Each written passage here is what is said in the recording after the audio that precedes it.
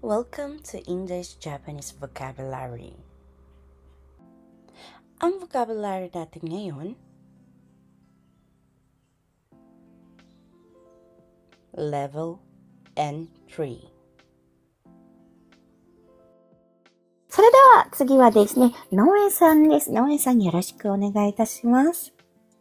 はい、よろしくお願いします。ごめんね、Noeさん。wala po tayong design. Wala po tayong drawing. Hi.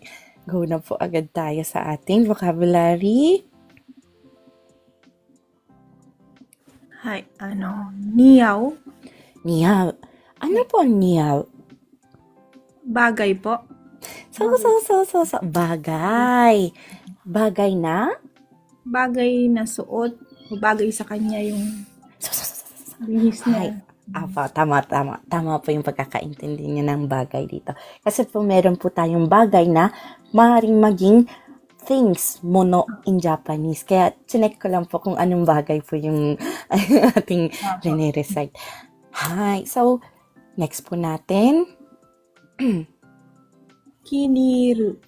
Kiniru desu ne. Ano po ang kiniru?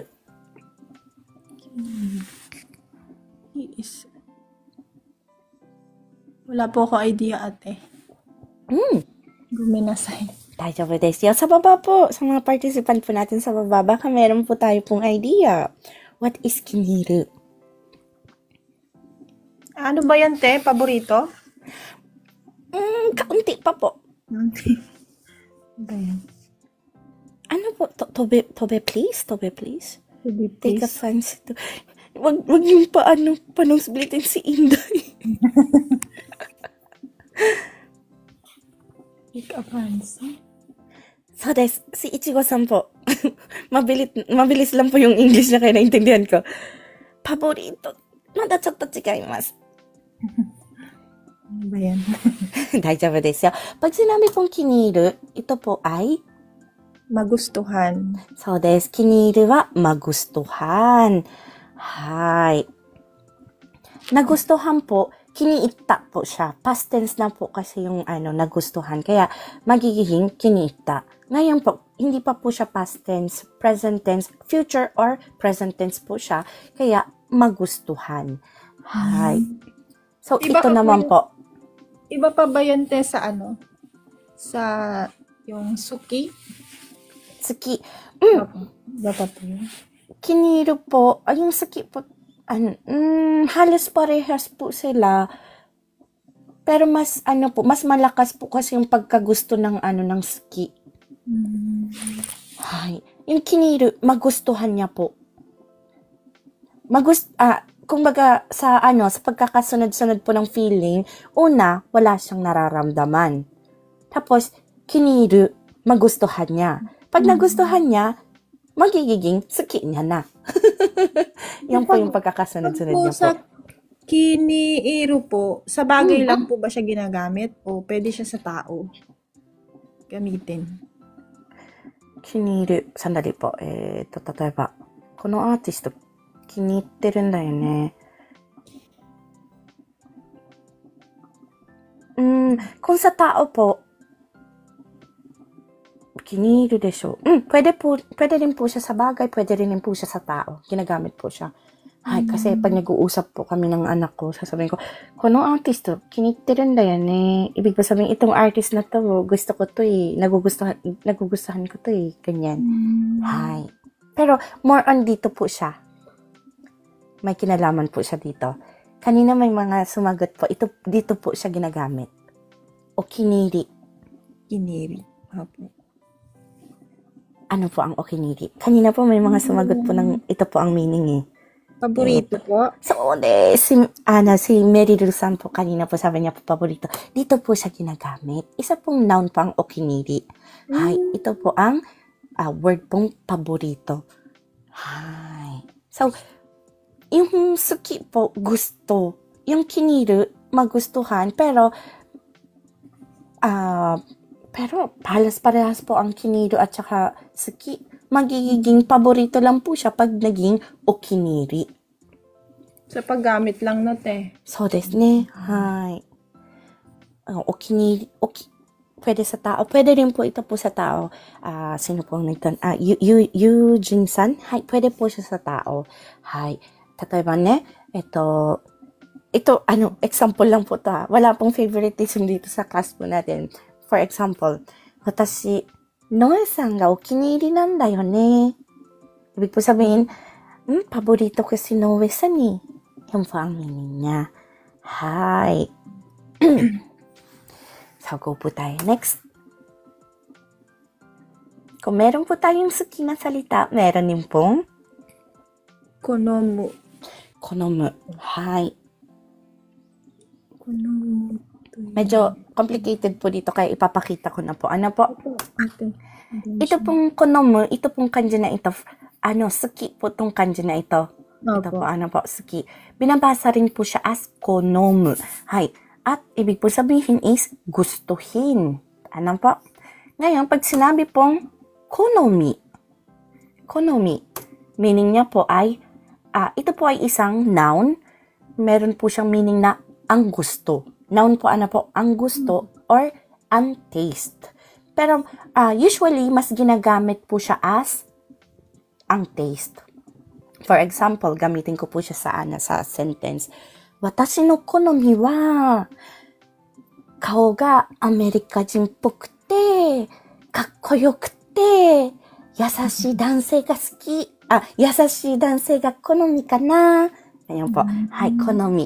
Hai, so ibig po sabihin, ang gusto ko ay parang Amerikano, gwapo, at mabait. Joke lang yan. Naggawa-gawa lang po ako. Po? Hai, kung gagamitin po siya as a taste, sa mga damit po, pwede niyo pong gamitin. Like, watashi no konomi wa, long skirt ni, fit shita t-shirts ga suki ka na? Konomi ka na? Ganyan po. Po? Ibig po sabihin nun, ang taste ko ay long skirt at medyo fit na t-shirt. Ganyan. Hai. So, いうふうに使います。はい。では次行きますね。Ngayon yung konomu po, gustuhin po siya. 例えば, pero ginagamit po siya sa future. Mas ginagamit po siya sa future. Like, Noe-san wa, この飲み物を好むでしょう. Hindi ko na sinabi yung name kasi baka maano tayong tok-tok. Hay, ibig po sabihin, 好むでしょう. Ginagamit po siya sa future tense na maaaring magustuhan niya. Sa tingin ko, magugustuhan niya. Kasi yung de shou po, more on, medyo malakas po yung pakiramdam nyo na magugustuhan. Ano po? Hay. Pero, hindi pa rin po siya 100% na sure. Hai, desho, hai, desu ne. Hai, doon po siya ginagamit. Medyo complicated kaya nagtagal po tayo para ma-explain po natin. Hindi lang nalaman yan, ate. Yung gamit niya. Lagi ako suki lang. Opo. Opo, yung boat na yan. Yung konomi at saka po konomu. Konomu. Medyo po?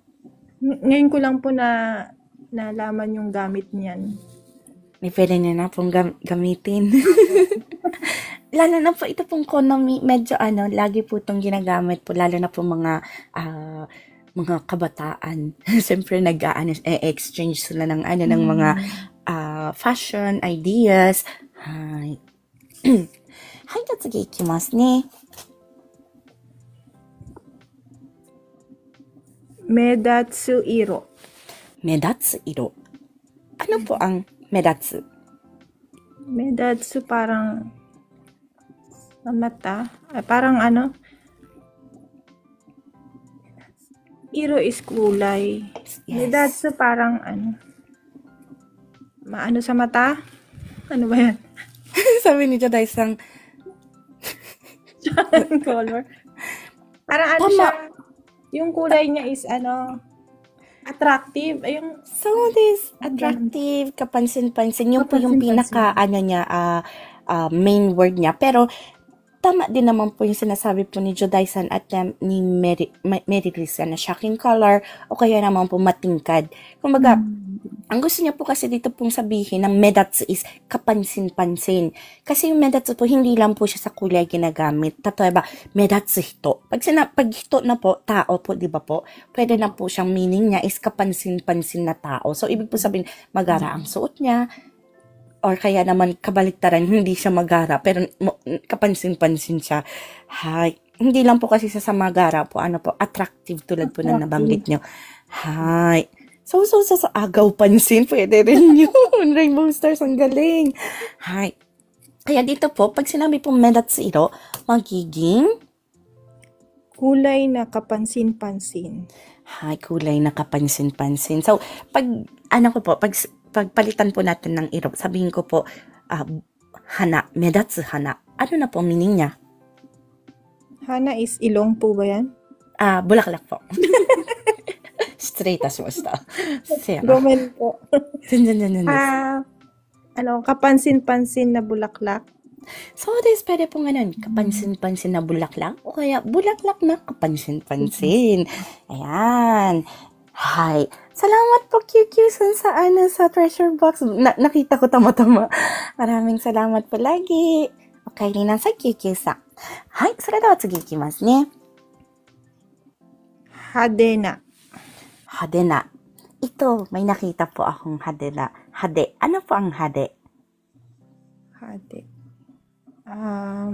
Matingkad. ちょっと違う。 Ano ba yan? Makulay. Iba na Pwede, pero meron pa pong mas tumpak na meaning. Hadena. Gomenasai. Karimasen. ちょっと難しいね。はい。hade means matingkad or over na design na. Hi. So, meron po to mas maganda po ditong translation. Hade is magara. Ayun. Magara. Hi. Yun po ang pinakatumpak pong meaning po para po sa hadena. Magara. Isulat ko nga, baka malimutan ko. Papalitan ko po to Hi. Magara po ang pinakatumpak sa kanyang translation po. Pero hindi po mali ang matingkad over na design. Hindi po siya kasi kumbaga kapansin-pansin din po siya. Hi. Tumpak. Opo. Magara po ang tumpak na word niya. Hi. Sige, ikimasu. Kung meron po tayong hade, meron po tayong, kore machigatteru. Jimi desu ne. Hi. Hindi po siya uwagi. Jimi. Hi. Papalitan ko po siya.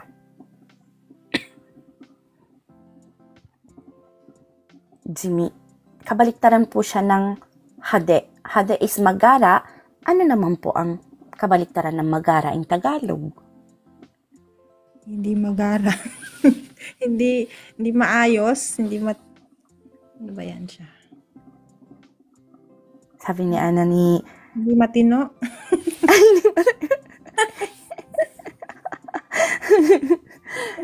Burara, ang dami. Hindi po. Wala pong sumasagot din sa baba, kaya ipakita na po natin. Hi. Plain na. Pero hindi po siya as in plain, actually. Kaya po linagyan ko po dito negative signs. Yung Jimmy po kasi... Iba rin po kasi siya sa simple. Pag sinabi po kasi pong Jimmy, medyo...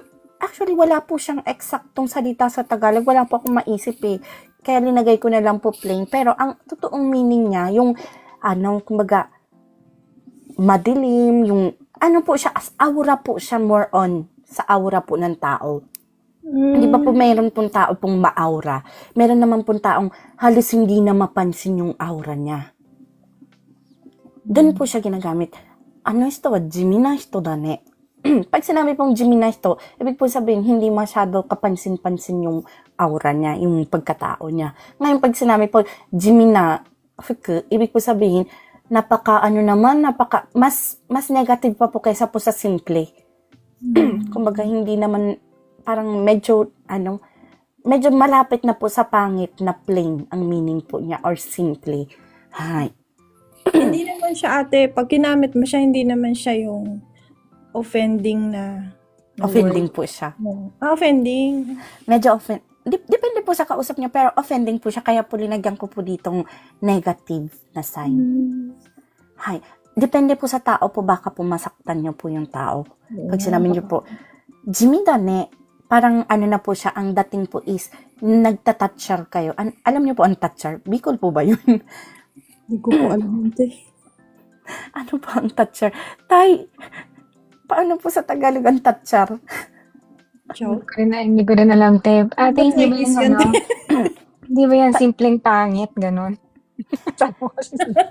Ano po yung tatchar? Simpleng pangit. Bicol po ba yun? Ayun, nanlalait. Parang nanlalait po, tulad po ng sinabi po ni, Dungasang.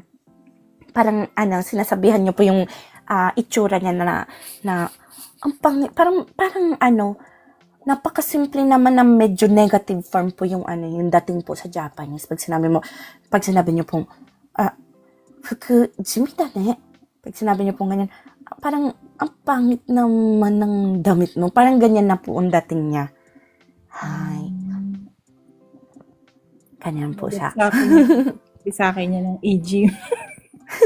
Yung mga nang bubuli po, lagi po nila pong sinasabi po yun sa mga binubuli po nila na, alam niyo po yung nerd? Apo. Yung as in nerd na ayaw lumabas sa bahay, sa kwarto.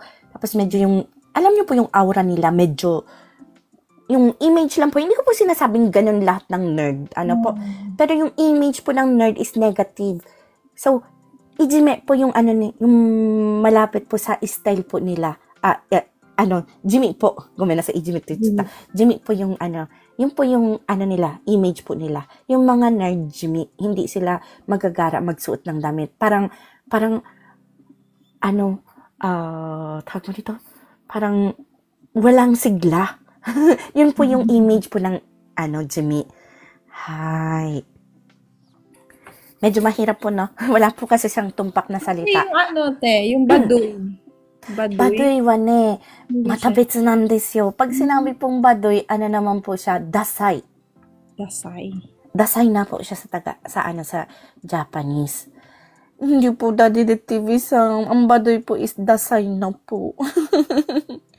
Chato ne, kore wa ne, muzukashi. Pero image nyo na lang po yung mga sinaunang nerd na hindi marunong magpumorma. Pero hindi naman sila baduy. Kumbaga parang, dochira ka to yun to, darashinaiって感じだね. Pero hindi naman po lahat pong Jimmy is darashinai. Minsan po talagang, ang taste nila is parang medyo kurai. Kuraiってわかりますか? Kurai. Kurai? Yung medyo madilim yung ugali. Kumbaga, hindi masyado jolly. Parang, pwede ba akong makipag-usap doon? Parang meron siyang sariling mundong, parang close na close siya sa sarili niyang mundo. Hay, kurai hito. Ganyan po yung sinasabi po. Yung mga kurai hito po, may image po silang Jimmy na fuku ang suot nila. Gumine ko, Jimmy ne. Iwagi zanay yo. Sa mga baguhang pong, sa mga kakarating pa lang po. Hay, simple lang po ang dating, pero mas po siya, mas negative po siya kaysa sa simple. Hindi lang po siya simple. Hay, kasi yung simple is meron pong ibang pong term po sa simple. Maganda po yung positive po yung image ng simple. Ano po ba yun? Hindi lumalabas yung word ngayon ng simpleng positive po. De mo, honto, Jimmy wa ne, negative po siya. Nanode, hay, tsukawanai hou ga ii. Sandali nga po, itry nga po natin itanong kay kay Google. Baka mayroon po siyang ibang paliwanag.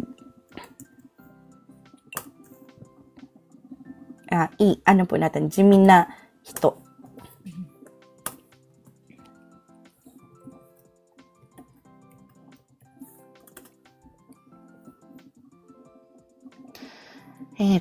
Jimmy na hito をタガル語語で表現する場合、直訳的な単語がないって、wala daw pong salita talaga sa Tagalog. 状況に応じて、内気やおとなしいといった言葉を組み合わせて表現します。So, tulad po ng sinabi po ni Google, wala pong tumpak na salita sa Tagalog. So, pinaghalo po yung medyo introvert at mahinhin.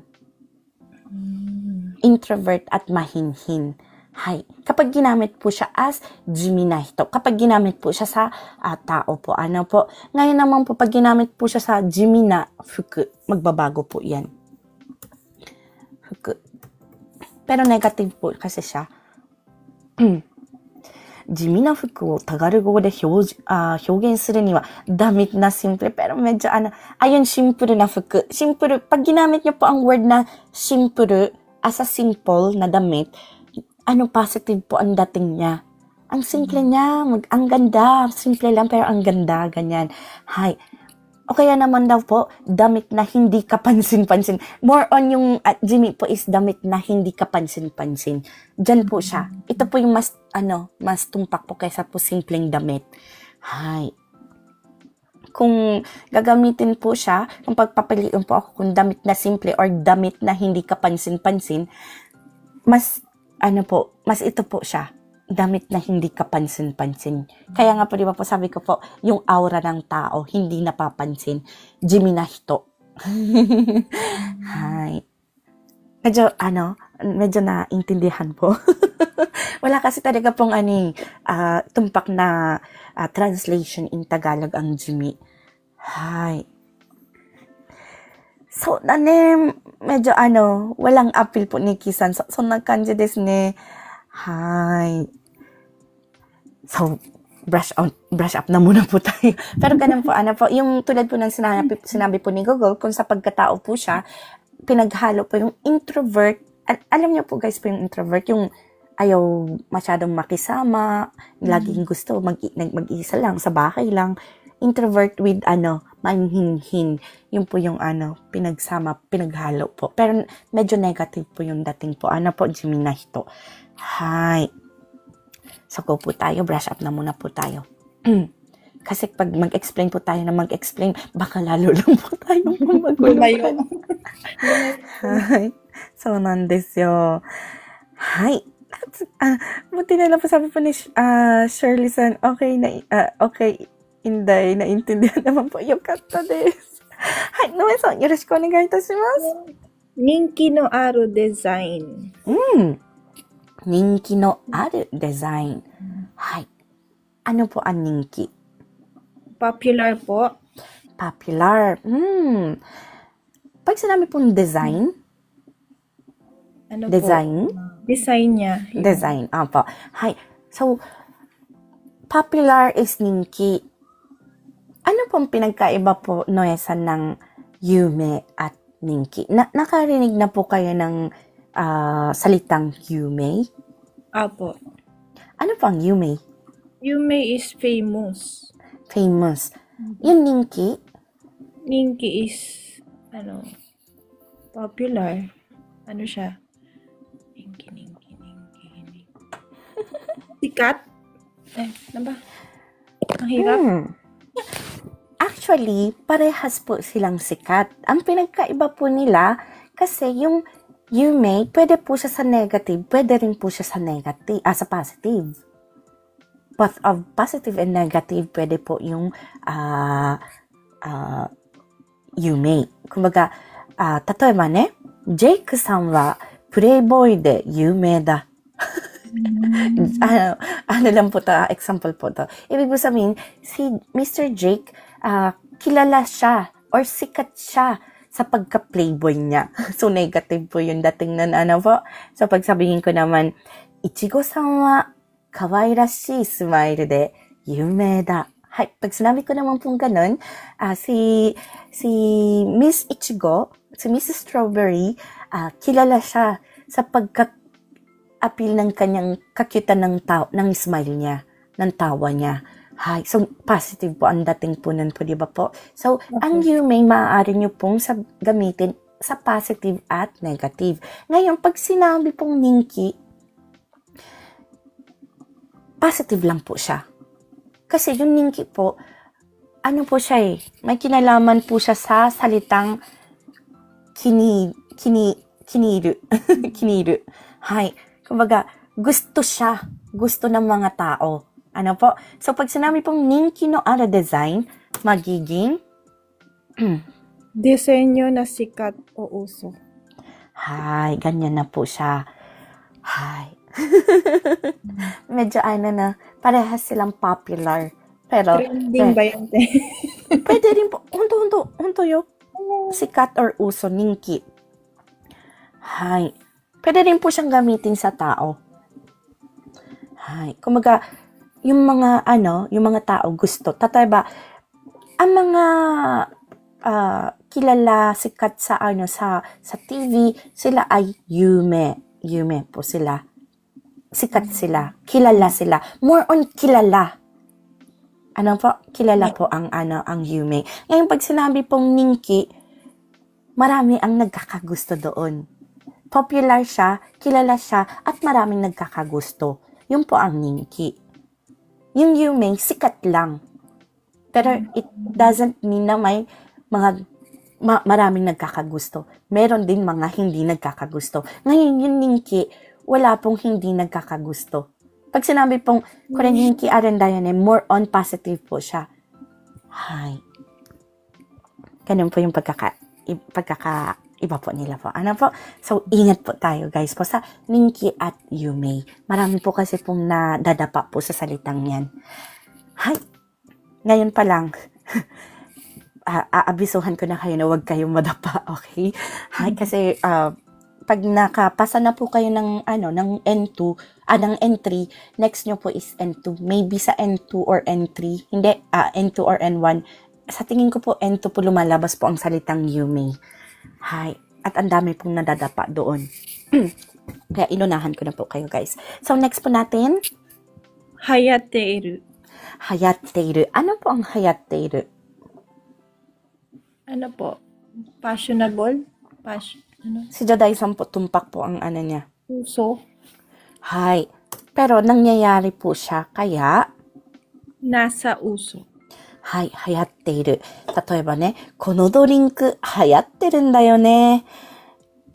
Nasa uso tong inumin na ito. Ganyan po siya. Hay, pwede rin po siya sa damit. Hay, hindi po siya pwede sa tao. Pwede po yung kinikilos ng tao. Tatoeba, Joday-san no kawaii koe o mane suru no ga hayatteiru. Ibig po sabihin, nasa usong gayahin ang cute na boses ni Joday-san. Ganyan po. Hay. Dewa, tsugi ikimasu ne. Hayari. Hay, hayari. Ano po ang hayari? Hayari. Dito po, tutumpak po yung sagot ni Joday-san kanina. Uso? So, des. Pag sinabi pong hayari, isa po siyang noun. Kaya, Uso. hay, uso. Hay. Uso ngayon magiging, ima hayari. Hay, ima hayari no, blah, blah, blah. Hay, tatayba, ima hayari no drink. Ibig po sabihin, uso ngayon na inumin. Ganyan na po siya. Hay. So, hanggang dito na muna po tayo. Meron po tayo pong katanungan, Noe-san? Wala na po, ate. Arigatou gozaimasu. こちらこそありがとうございます。またよろしくお願いいたします。Babaguhin pala po natin. Ano po? Saan po ba yun yung mali ko? Magara ito. Ito po. Dadagdagan po natin ng magara. Over na design, magara na lang. Magara na. Ito na lang po ang papalitan ko. Magara na. Salamat po, Nay-Nay. Tapos yung uwagi is Jimmy.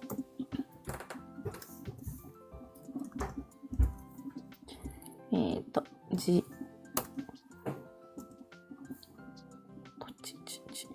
Kore janai wa. Kochi kana? Ito. Jimmy. Guys, bakit ko po pinalitan yung yung G na she with 10-10 at inchi na with 10-10. dakuon. Bakit ko po pinalitan ng chi with dakuon instead na shi at dakuon? May nakakaalam po kung bakit ito ang dapat gamitin?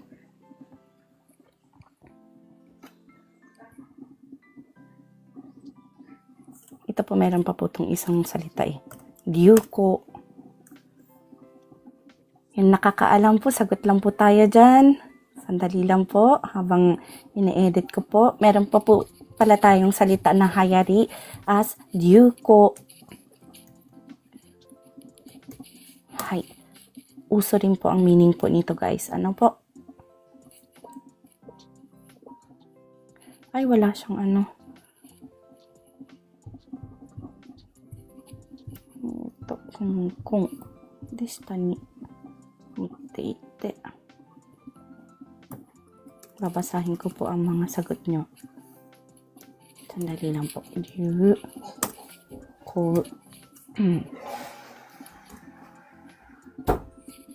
Ate Ichigo, meron kang sagot? Open ka na mute mo. Meron siyang sagot dun sa ate sa chi mo. Hay, dozo. Dozo, Ate Ichigo. Onegaishimasu, Ichigo-san. こんばんはpo. Ano po ata こんばんは。 yung kanji ng Earth? そうですね。 Kaya G. そうです。 Ang pagkakain ko po.そうです, tumpa po. Kasi ito pong kanji na ito, ginagamit po sa earth, chikyu, chi, from the word of chi, from the letter chi. Kaya, kapag gagamitin po siya as G na sound, dapat po, chi with dakuon. Dakuon po ang tawag po sa tenten. Hay. Chi with dakuon po. Ano po? Hay. Tumpak po si Ichigo-san. Applause po tayo kay Ichigo-san. So, nandes. Doon po. Kaya, guys, pag halimbawa, ano po kayo, maglalagay po kayo ng furigana sa kanji. Tapos, G po yung tunog. Or Z. Z din po. Kasi meron po tayong tsu with dakuon at su with dakuon. Nakakalito po sila po. Ano po, guys? Always think po, kung wala silang dakuon, paano ba ito, binabasa? Doon nyo po iisipin kung su or tsu, o kaya naman dito po sa kanji na ito, kung chi or shi. Hay. Dahil po, tulad po ng sagot ni Ichigo-san, ito pong kanji na ito, chikyu no chi, chi na no de, kaya sa chi po tayo magkakaroon ng dakuon, ng tenten po. Ano po, guys? Ganyan po ang paggamit. Hay. Ito po ay cut out from our free entry lesson class. Sa taong 2025, may free entry lesson class po tayo sa TikTok tuwing MWF at 8 p.m. Japan time. Kung nais nyo pong sumali, maaari nyo po akong hanapin sa pangalang Inday in Japan o @Inday in JP. Please follow me and stalk me sa mga araw at oras na aking nabanggit. Thank you for watching and please continue supporting me, follow me, and share my videos for more contents. Maraming salamat po. Hanggang sa muli.